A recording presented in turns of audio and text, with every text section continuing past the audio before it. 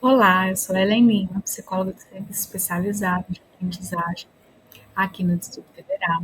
E hoje eu vou conversar com vocês sobre os papéis do pedagogo e do psicólogo escolar no Serviço Especializado de Aprendizagem. Mas antes de nós começarmos a conversar sobre o assunto, aproveita e já segue a gente no canal, para que você possa sempre ser avisado dos nossos conteúdos quando a gente começar a distribuir eles aqui no nosso canal. Então, para que a gente possa falar sobre esses papéis, antes de mais nada, vamos pensar o porquê de falar sobre o papel do pedagogo e do psicólogo no serviço, né? É muito comum a gente pensar de uma maneira equivocada que o papel do pedagogo no serviço, ele se aproxima do papel do pedagogo de sala de aula ou do psicólogo no consultório. E isso não é verdade, porque o pedagogo na escola ele exerce um papel institucional. Da mesma forma, acontece com o psicólogo. Muitas vezes as pessoas acreditam que o psicólogo está na escola para fazer uma escuta sensível, uma intervenção psicológica, né? Como se ele estivesse no consultório.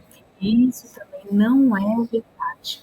Tanto o psicólogo quanto o serviço especializado aqui na Secretaria de Educação, eles vão fazer um trabalho institucional. E a gente precisa entender a especificidade desse serviço para que a gente possa, então, contribuir com esse trabalho desses dois profissionais, então, alcançar o objetivo, tanto nosso, do serviço especializado, quanto o objetivo da escola, que é o objetivo de promover os processos de ensino e aprendizagem. E é sobre isso que a gente vai conversar nesse nosso vídeo de hoje, certo? Então, vamos começar.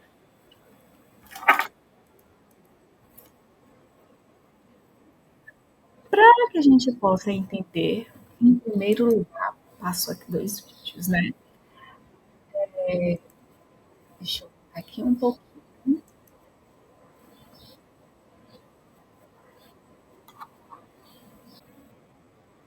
Então, para a gente começar a falar do papel desse pedagogo, desse psicólogo, vamos retomar o entendimento do que é esse serviço especializado.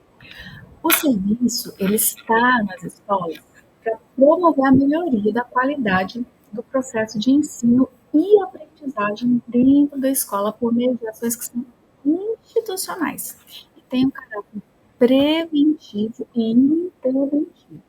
Então, num primeiro plano, a nossa ação busca prevenir, prevenir as dificuldades de aprendizagem e atuar de forma que a queixa escolar ela não aconteça.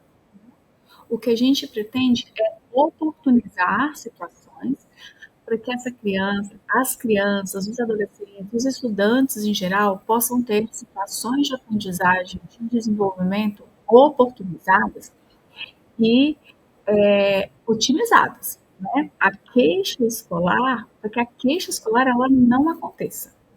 Mas, se ela acontecer, aí nós vamos entrar numa perspectiva de assessoramento e acompanhamento, auxiliando esse professor para que, do ponto de vista pedagógico e não terapêutico, a gente possa intervir junto a essa criança, a esse estudante, né? Eu tenho um problema de falar sempre criança, mas ao estudante, para que esse estudante ele possa encontrar caminhos de aprendizagem para seguir o seu curso.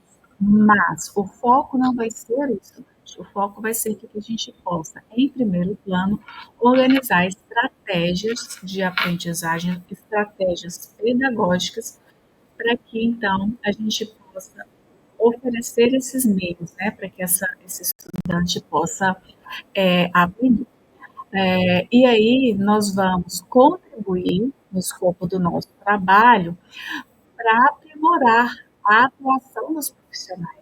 Então, esse é o nosso primeiro plano de ação, aprimorar o trabalho dos profissionais na escola. Justamente por isso, a gente não pode confundir a atuação do pedagogo e do psicólogo com aqueles profissionais que estão no campo clínico, né? Não é um trabalho de um psicopedagogo que intervém clinicamente, terapeuticamente com o estudante. É um profissional que atua do ponto de vista institucional, buscando atuar junto à instituição para aprimorar as práticas daquela instituição, para que, por meio destas práticas da organização do trabalho pedagógico, a gente possa, então, por consequência, alcançar a nossa criança, tá certo? E aí, então, por meio de, né, por meio da organização do trabalho pedagógico que a gente alcança a criança. Perceba, então, que com isso a gente muda o foco, né? O foco, no primeiro plano, não é o estudante. O nosso foco está na instituição. Por isso, a gente aprimora o desempenho do estudante e não intervém com o estudante. A gente intervém com a instituição, a gente intervém com os profissionais dessa instituição. Por isso, a gente facilita, a gente promove reflexões, a gente discute, a gente analisa como essas práticas estão ocorrendo dentro da instituição.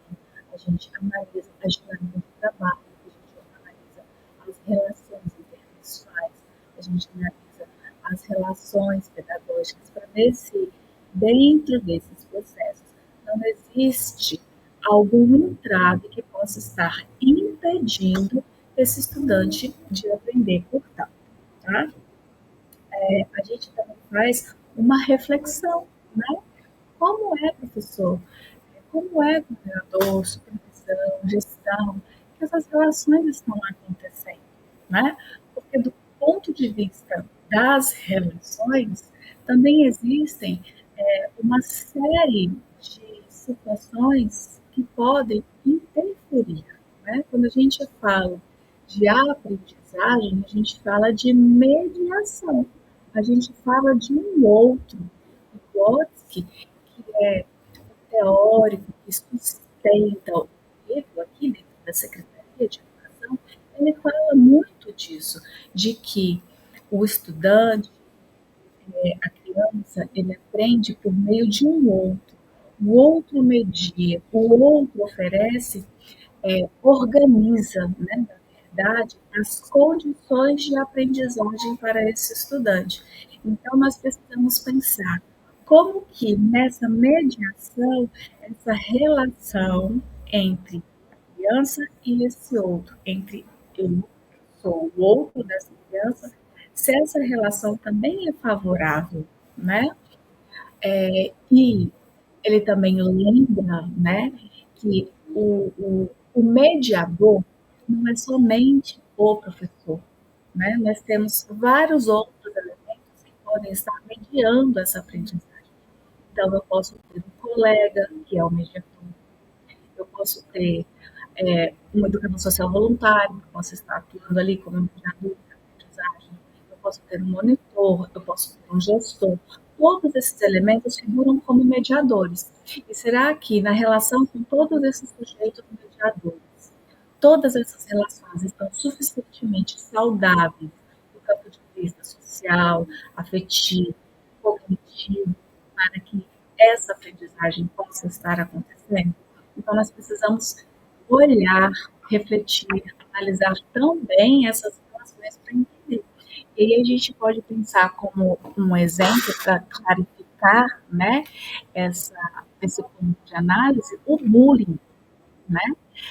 Quantas crianças que são vítimas de bullying têm dificuldade de estabelecer uma relação com a aprendizagem e, por isso, elas começam a apresentar sintomas de rompimento com o processo de escolarização, como tem uma fragilização e das relações, logo ela começa a apresentar uma situação de queixa escolar porque não está aprendendo. Percebe isso? Não necessariamente a relação está fragilizada com o professor, mas está fragilizada no campo da relação com os colegas. Logo, ela vai ter dificuldade para aprender. Então, a gente precisa analisar, né? É uma análise que a gente faz do ponto de vista institucional para identificar, né? Esses pontos frágeis e entender, olha, eu não tenho um aluno que não aprende porque tem um problema. Eu tenho uma situação que está institucionalmente fragilizada, que precisa de uma intervenção pontual para que nós possamos melhorar essa relação e, com isso, essa criança possa voltar às condições, né, usuais e retomar o seu processo de aprendizagem. E aí vem esse tópico 3, né? Superar os obstáculos que estão ali postos, que impedem que essa criança avance no seu processo de escolarização e, com isso, se relacione com esses objetos do conhecimento e construa a sua aprendizagem nesse processo, portanto. Então, a gente vai fazer toda essa discussão com a equipe escolar, toda essa investigação, toda essa análise, toda essa discussão, tentando identificar esses pontos e depois de identificados esses obstáculos, fazer uma análise de como, então, a gente pode intervir conjuntamente para ajudar essa criança nesse processo.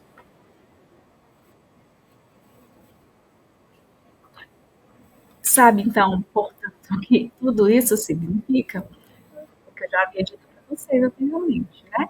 Que o trabalho do pedagogo e do psicólogo é um trabalho institucional. Rompe com uma lógica medicalizante, rompe com uma lógica biologizante, rompe com uma lógica patologizante.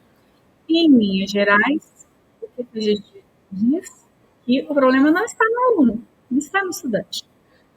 É uma questão muito mais ampla, é um olhar muito mais complexo, né?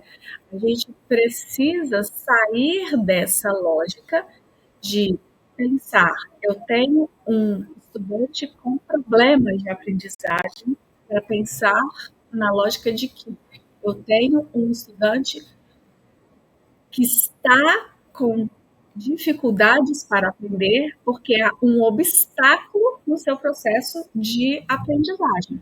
E com isso, a gente acaba redirecionando o nosso olhar, os nossos modelos de atendimento, os nossos modelos de investigação, né? A gente fala atendimento, o que é um atendimento, né? Essa palavra ela vai ganhar um novo significado desse processo. É um atendimento pedagógico, um atendimento institucional, é um olhar institucional, é um olhar sensível, é um olhar humanizado.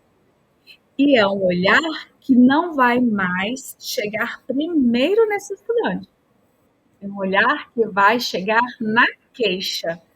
Quando o professor chega para a gente, olha, João não está aprendendo. Ok, eu não vou olhar para o João, eu vou olhar para o não está aprendendo. O que significa não está aprendendo, professor? Não está aprendendo por quê? Quando? Desde quando, né? Vamos entender primeiro esse não aprender, para depois entender o João. A gente vai mudar todo o nosso modelo de pensamento. Num primeiro momento, isso acaba sendo bem difícil de a gente mudar a forma como nós pensamos. E vou dizer para vocês, também foi difícil para mim mudar esse modelo, né? Por que é difícil? Porque nós fomos formados num momento outro em que essa forma de pensamento não era vigente, né? Eu fui formada em bolinhas atrás, 1900 e bolinhas. E a gente foi formada nessa ótica biologizante, uma lógica natista, né? em que esses modelos ainda estavam em construção.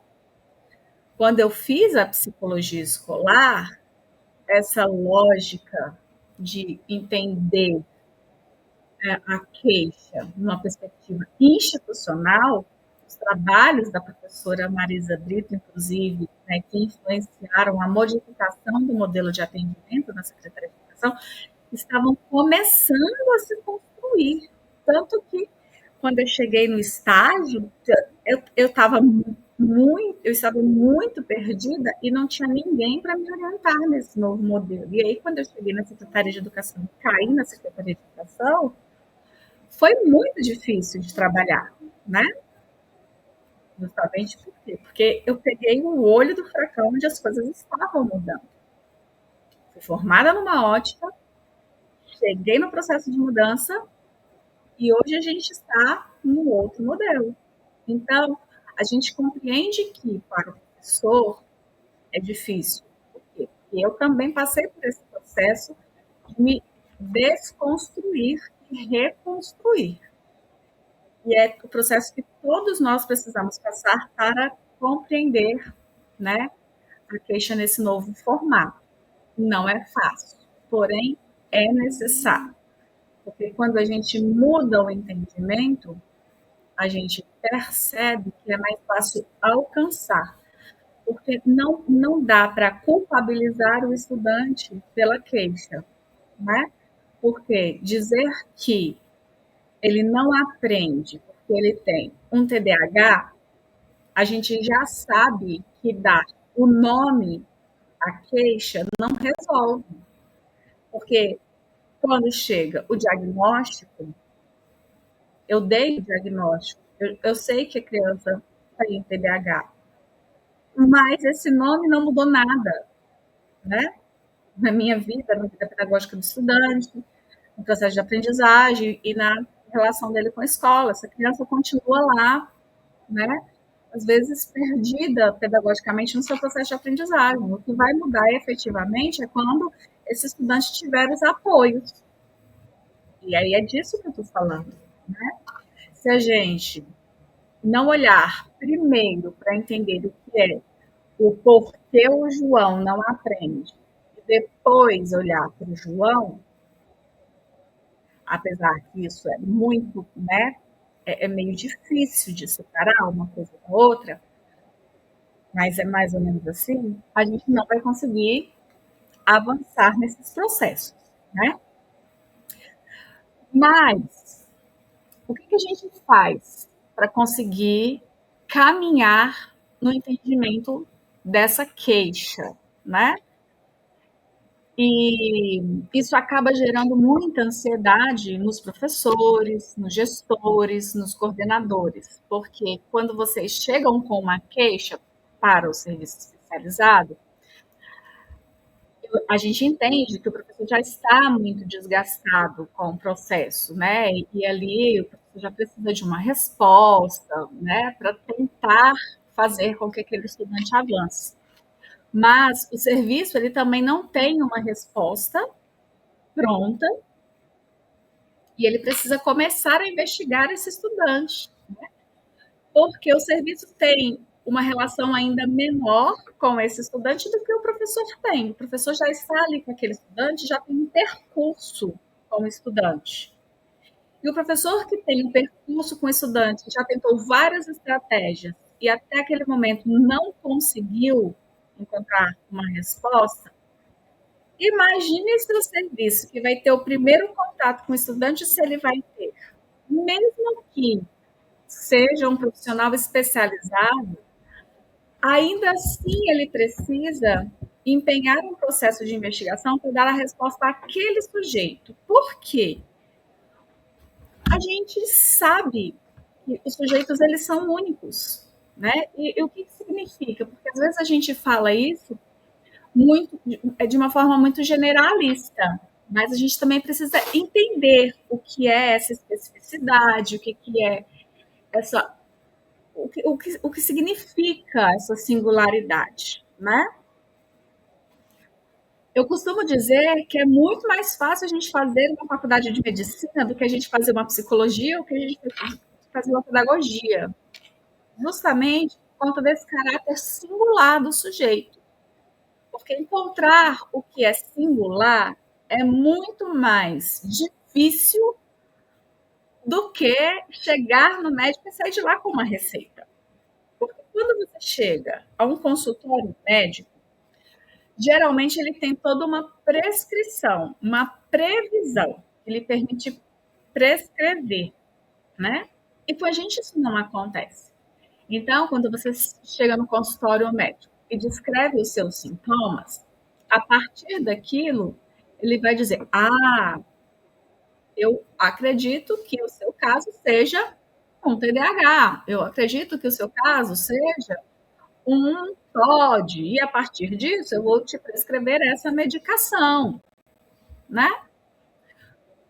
Porém, isso não funciona muito bem com o professor. Vamos pensar lá na sua turma de 20, 25 estudantes.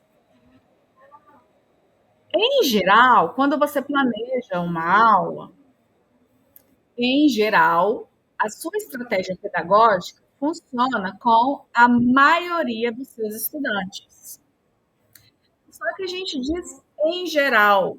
Por quê? Porque a curva estatística de distribuição nos diz que a gente tem uma curva que coloca esses sujeitos na média, que é o em geral, aí tem os que estão lá acima da média e os que estão abaixo da média. E o nosso problema está aqui, né? Nós que somos o serviço, trabalhamos com quem está acima da média, com quem está abaixo da média, na maioria das vezes. Porque são esses aqui que são os singulares. Para quem aquilo que não foi universal, o mediano, respondeu. E esses que estão aqui, que não responderam ao mediano, são os que a gente vai precisar pensar as diferenças, que é onde entra a adequação, né? Todos aqueles processos que vão ser bem separados um para cada um. E daí que está muito difícil, porque o que eu faço para um não necessariamente vai servir para o outro. E aí a gente vai ter que olhar caso por caso. Que seriam as exceções lá no caso da medicina, as reações adversas, né?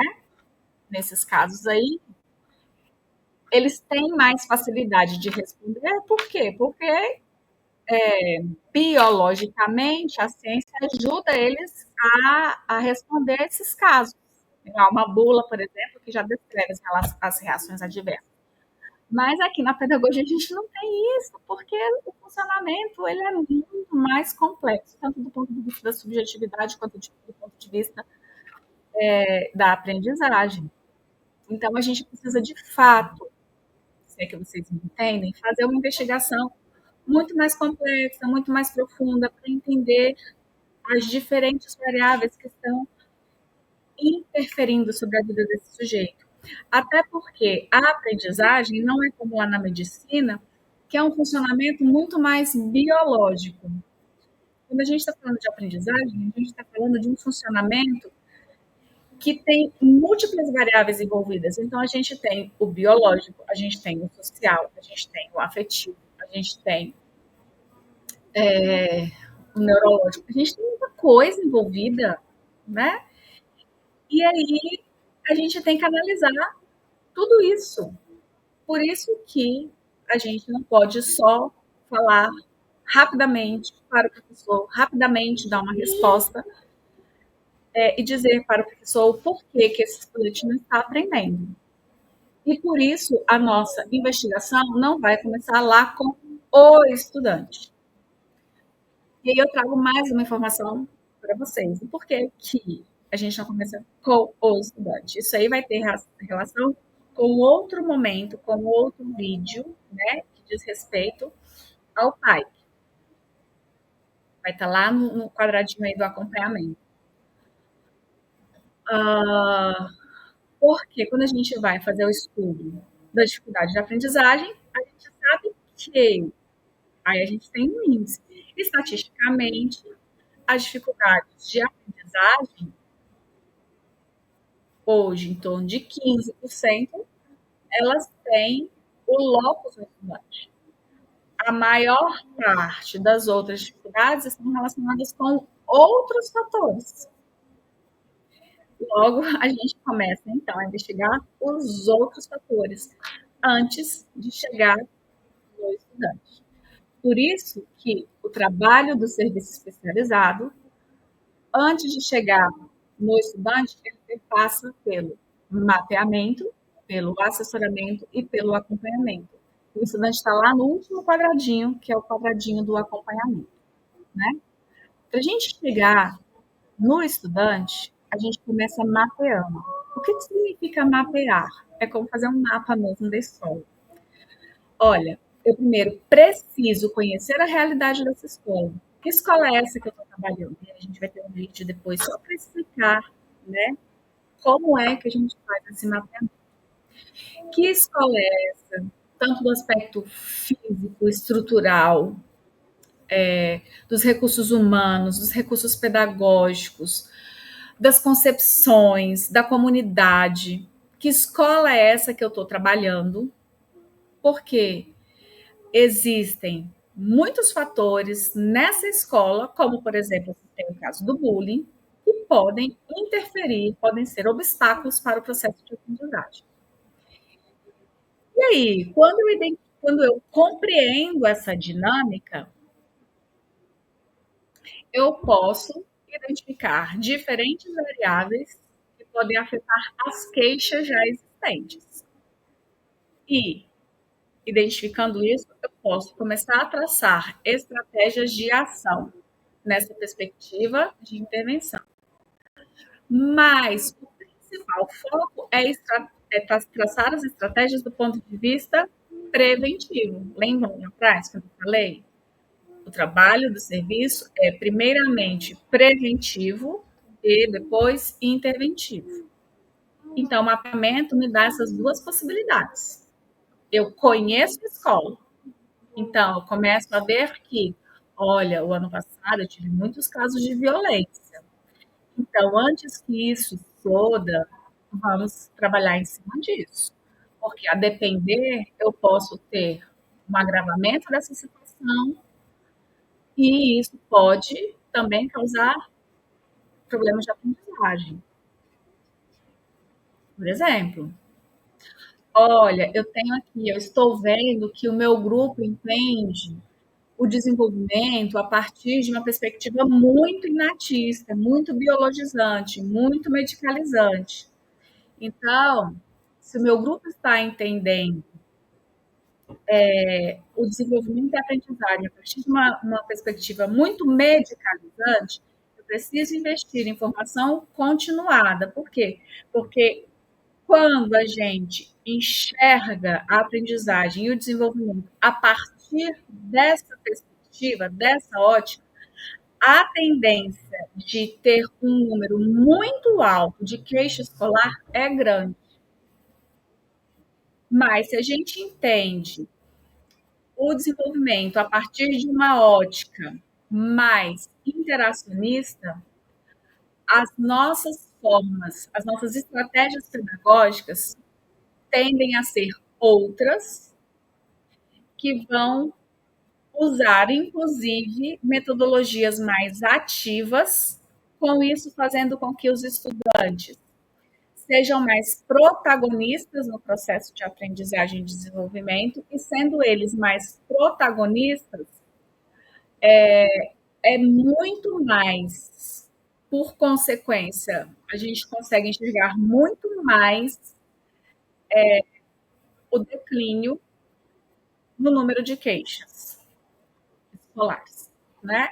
Então, o mapeamento vai me dando essas deixas para entender a realidade dessa escola, e aí eu vou traçando esses planos de ação, né? E de intervenção. Aí, o segundo eixo do trabalho da equipe é o processo de assessoramento, que vocês devem já vivenciar muito ele na escola, que é o tanto o pedagogo quanto o psicólogo está o tempo todo conversando com vocês, fazendo essas formações continuadas, orientando sobre as estratégias pedagógicas, promovendo os espaços de reflexão e ressignificação. Quando ele está lá no conselho, ele lança ressignificações, ele lança perguntas, ele faz questionamentos, né? Nos momentos de coletiva, né? São esses momentos de conversa, de apoio que os profissionais do serviço fazem com vocês, buscando promover essas reflexões para que a gente possa cada vez mais caminhar para uma compreensão dos processos de aprendizagem, rompendo com uma ótica medicalizante, biologizante e inatista, sempre trazendo essa reflexão que coloque o estudante como protagonista, metodologias mais ativas e que a gente entenda, né, que a aprendizagem ela é um processo que envolve múltiplos fatores, que não somente o estudante, né? Todos nós participamos, inclusive eu aqui da regional participo do processo que está lá na escola. Eu também sou parte desse processo. Eu aqui fazendo esse momento de formação, estou afetando o estudante que está lá na escola, né? Então, a aprendizagem não é uma coisa dual professor-aluno, é algo muito mais complexo. E, por fim, a gente tem um processo de acompanhamento, que é uma coisa mais próxima, né? Quando a equipe está bem próxima da escola, fazendo uma intervenção bem mais pontual, né? Atuando já junto com a escola, com o professor, fazendo discussão das práticas. Olha, vamos pensar a adequação, vamos pensar as estratégias, vamos pensar os recursos aqui com esse estudante, vamos pensar o que está acontecendo, vamos propor projetos, vamos participar dos projetos interventivos, vamos chamar a família, vamos conversar, né? Já é ali uma coisa bem mais pontual. E aí a gente tem dois eixos nesse acompanhamento, que é de intervenção sobre as práticas, quando a gente está repensando o planejamento daquilo que está acontecendo na escola, e a gente tem um outro que é de intervenção sobre as queixas, quando a gente entra no PAI. Também vai ser um outro vídeo que eu vou preparar para vocês. Quando a gente recebe a solicitação de apoio do professor, você chega para o pessoal da equipe e diga: olha, eu estou com um estudante com dificuldade de aprendizagem. E ele vai te dizer: então vamos iniciar o processo de investigação efetivamente. E aí você vai preencher a solicitação de apoio e ali a equipe vai começar com a investigação, tá?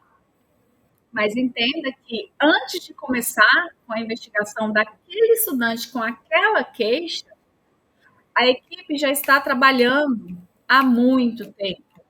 Ela já está com um olhar muito mais amplo para essa escola, né? Porque o trabalho da equipe não se limita a intervir com o estudante com queixa, fazendo a intervenção ali, a investigação e fazendo diagnóstico. O trabalho da equipe não é fazendo diagnóstico. Isso é uma pontinha quando todas as. E não é nem diagnóstico, né? É uma avaliação pedagógica, tá certo? E aí, então, vem a pergunta clássica, que sempre se pergunta: qual é o papel, então, do pedagogo? Qual é o papel do psicólogo? Acredito que até aqui muita coisa já tenha ficado claro. Principalmente essa diferenciação, né? Para que se fique claro que rompe-se a ótica terapêutica clínica para sermos um papel institucional.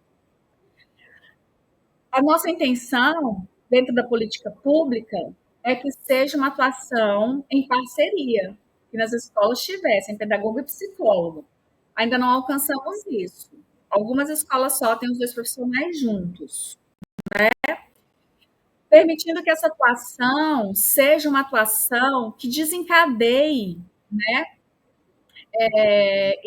intervenções que sejam eficazes e que sejam articuladas, né? Que essas duas áreas do saber possam se articular, trazer os seus conhecimentos de forma articulada e contribuir para que as práticas dentro da escola possam otimizar os processos de ensino e aprendizagem, né?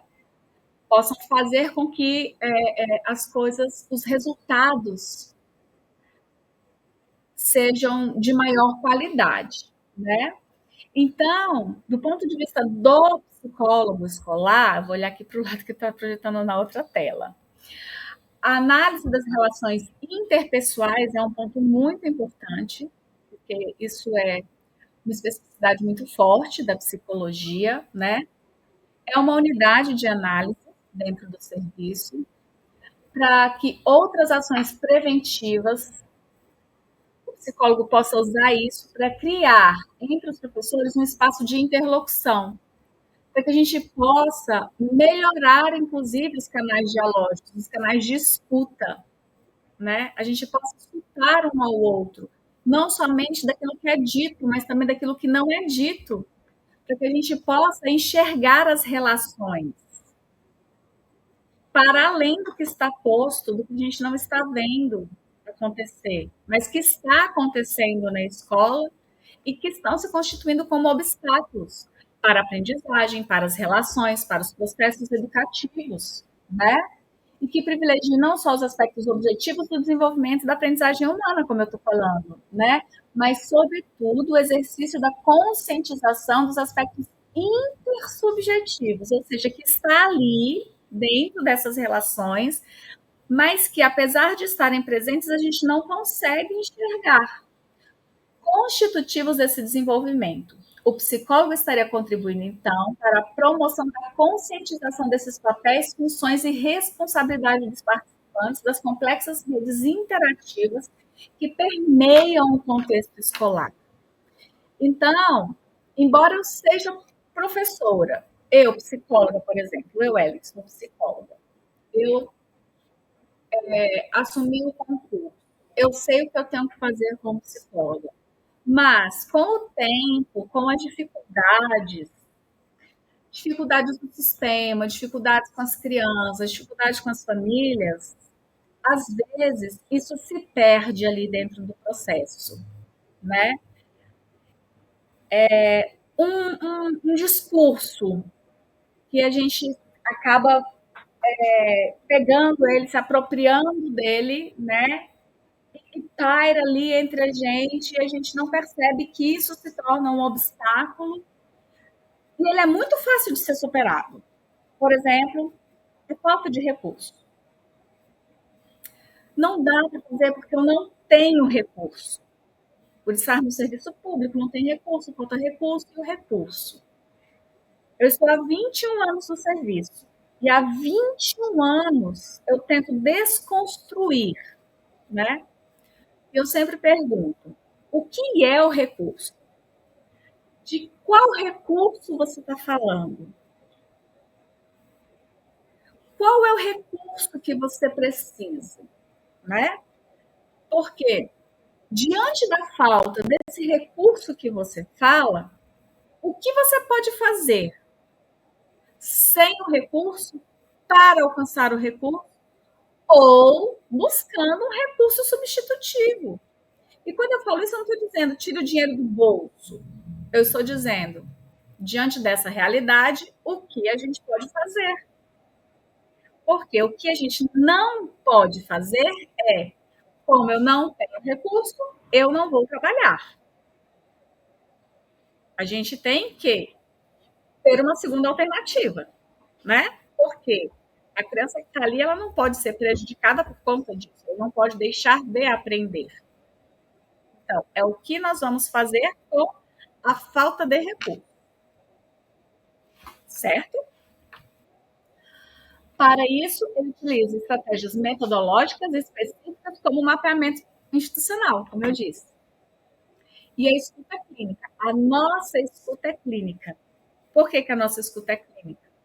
Porque a gente escuta para além daquilo que é dito, interpreta para além daquilo que é dito.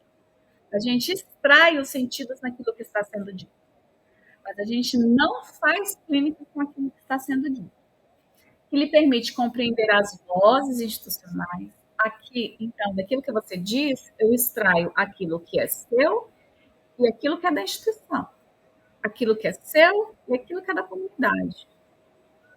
Então, quando você me diz, me falta recurso, até quando você está percebendo isso ou você interiorizou isso por conta daquela dinâmica, né? Isto é, as recorrências, olha, as recorrências dos significados e de sentidos que ecoam. Isso passou a ser um eco, isso passou a ser repetido. Aquela história se repetiu tantas vezes que passou a ser verdade. De professores e demais funcionários acerca do contexto escolar, do processo de ensino e de aprendizagem e das relações interpessoais estabelecidas. Então, a gente está ali muito mais para os colegas do que para os estudantes. Se é que vocês conseguem me entender isso. Já o pedagogo, qual é o papel do pedagogo? Ele ocupa-se do estudo sistemático das práticas educativas. Olha de novo, eu estou lá para te apoiar a pensar sobre o seu trabalho, para que nós dois juntos, pensando sobre o seu trabalho, a gente possa encontrar o melhor caminho para alcançar aquele estudante que não está aprendendo sobre a partir daquela estratégia escolhida. Investigando a natureza, as finalidades e os processos necessários a essa prática, com o objetivo de propor a realização desses processos nos vários contextos em que elas ocorrem. Aí pode ter alguém que fale assim: ah, mas então eu não preciso disso. Se é para ele me ajudar a pensar a minha prática. Sim, você precisa. Sabe por quê você precisa? Porque você já está cansado daquela situação. Sabe aquela coisa assim, de alguém que olha de fora? Alguém que olha de fora está com a mente ventilada, vem com o olhar descansado, né? Quando a gente está dentro de um conflito, a gente já está tão cansado que a gente não consegue ver outras possibilidades. Então, o especialista ele vem para te ajudar a enxergar. Olha o que disse lá no psicólogo. É uma outra voz que ecoa dentro daquela relação que você já não consegue enxergar. Então, o serviço ele vem te ajudar a olhar a situação de uma outra perspectiva, né? Ele deve atuar assessorando os professores no aprimoramento do seu desempenho em sala de aula por meio de formas, do procedimento e de métodos para que se cumpra o objetivo maior do ensino formal, o domínio do conhecimento sistematizado e específico. E outra coisa, né? É a troca de saberes, é a troca de experiência. Gente, quanta coisa eu aprendi com outras pedagogas, com outras psicólogas. Não é porque eu também sou psicóloga que eu não posso aprender com outra psicóloga. Não é porque eu também sou pedagoga que eu não posso aprender com outra pedagoga. Isso é soberba do suposto saber. Né?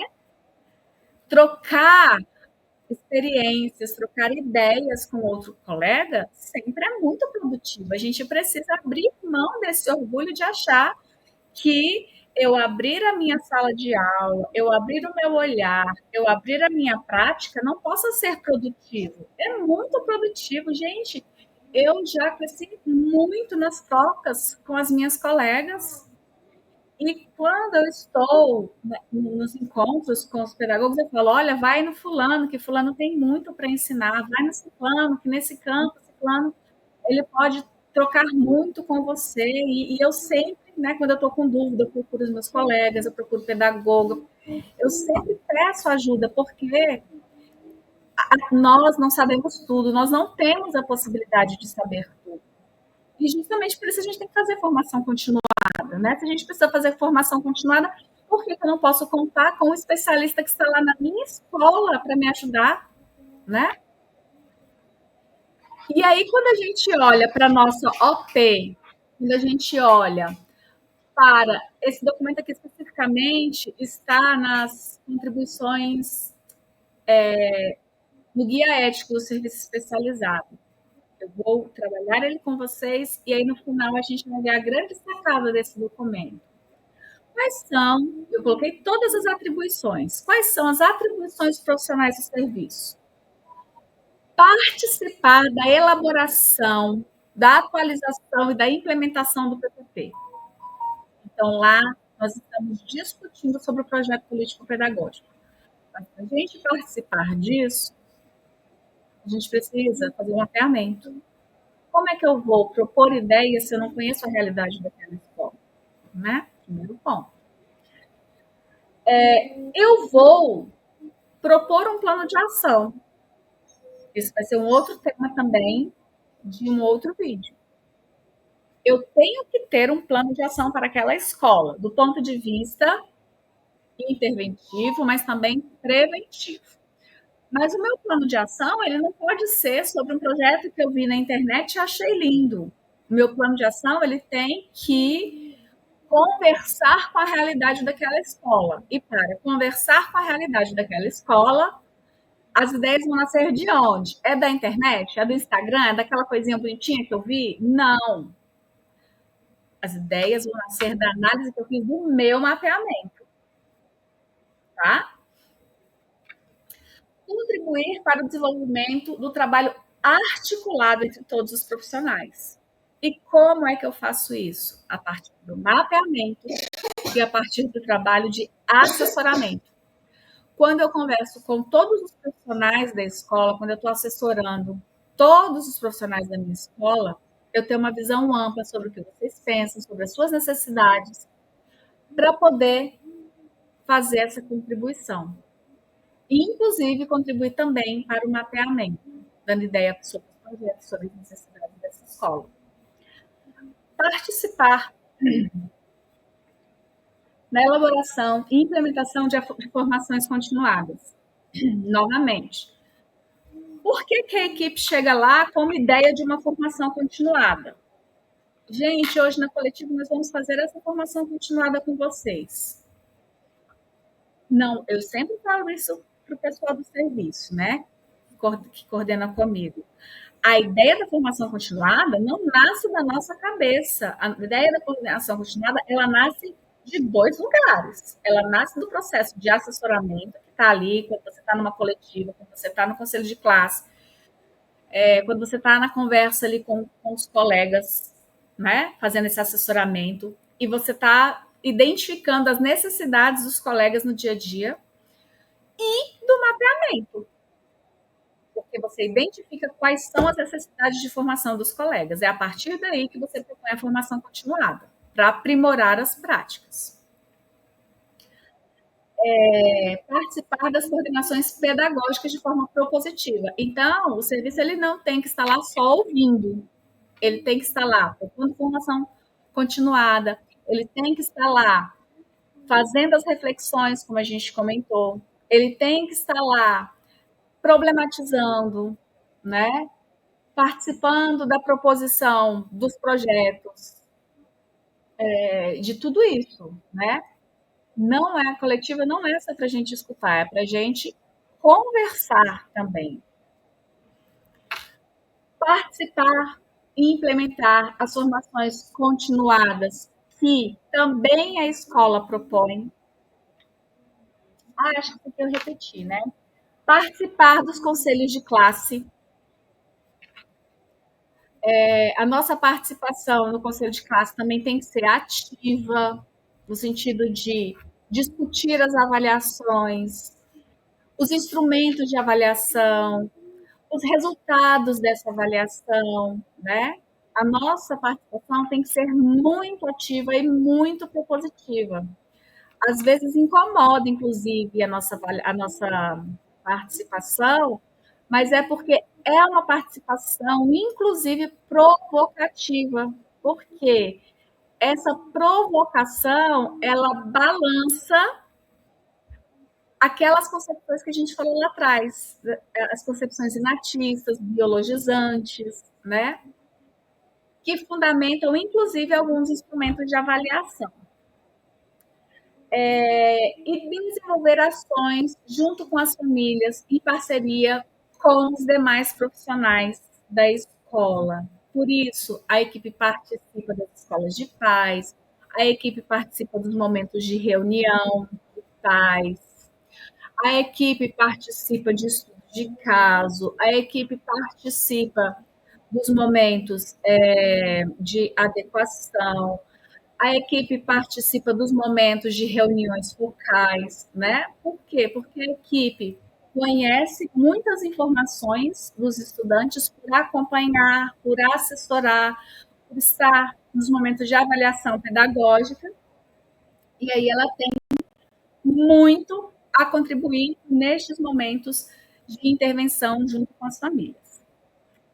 E aí, a grande cereja do bolo, quando a gente traz essas questões sobre as atribuições dos profissionais, que aqui estão na íntegra, eu copiei literalmente, na íntegra do documento de conduta ética que foi publicado pela Gerência do Serviço Especializado no ano passado, eu fiz questão de copiar e não omitir nada, por quê?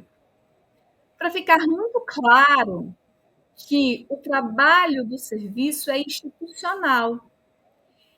E eu li um por um para deixar claro também que em nenhum momento aparece que o trabalho do serviço é de avaliação do estudante, de intervenção com o estudante.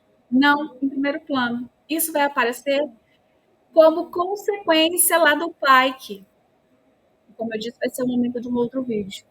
Mas não é a atribuição prima do serviço, né?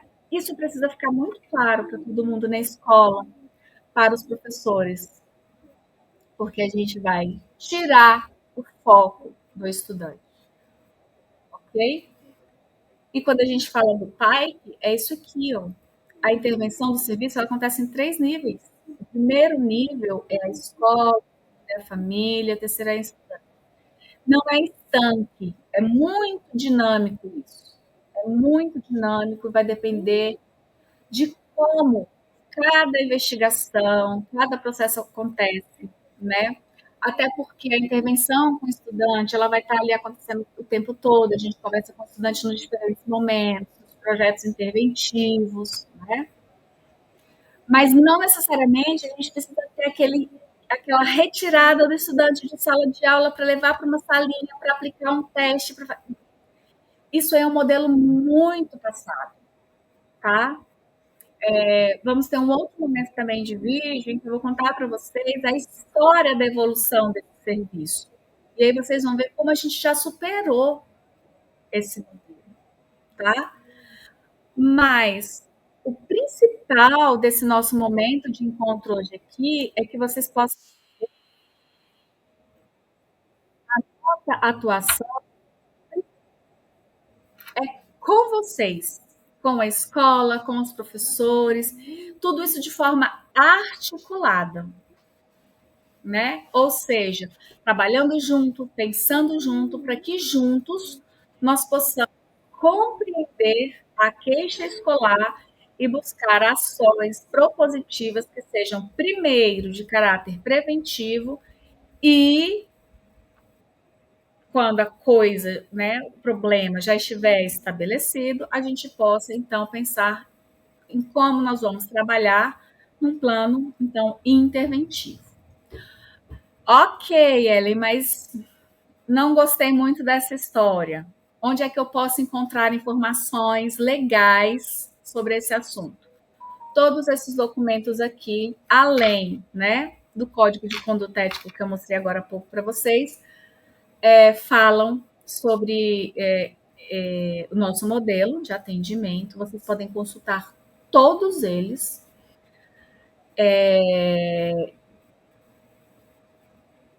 E se certificarem sobre os papéis do serviço especializado. E como eu disse para vocês, nosso canal vai estar sendo sempre alimentado sobre as questões que orientam o serviço, para que vocês tenham cada vez mais conhecimento a respeito do nosso trabalho, tá certo?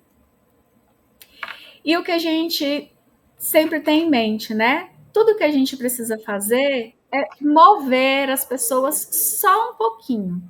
Se cada um de nós movermos as pessoas só um pouquinho, o mundo vai girar bem então. A gente não precisa fazer grandes transformações. A gente precisa começar pouco a pouco, porque é de pouco que a gente transforma o muito, tá certo? Então, eu espero que esse nosso vídeo tenha sido muito esclarecedor, essa nossa formação tenha sido muito esclarecedora. E continue nos acompanhando para que vocês possam ter cada vez mais acesso aos conteúdos do nosso serviço, conhecer mais sobre o trabalho do serviço especializado, especialmente o trabalho que é realizado aqui na Regional de Ensino do Núcleo Bandeirante. Certo, pessoal? Um grande abraço e até o nosso próximo vídeo. Tchau, tchau.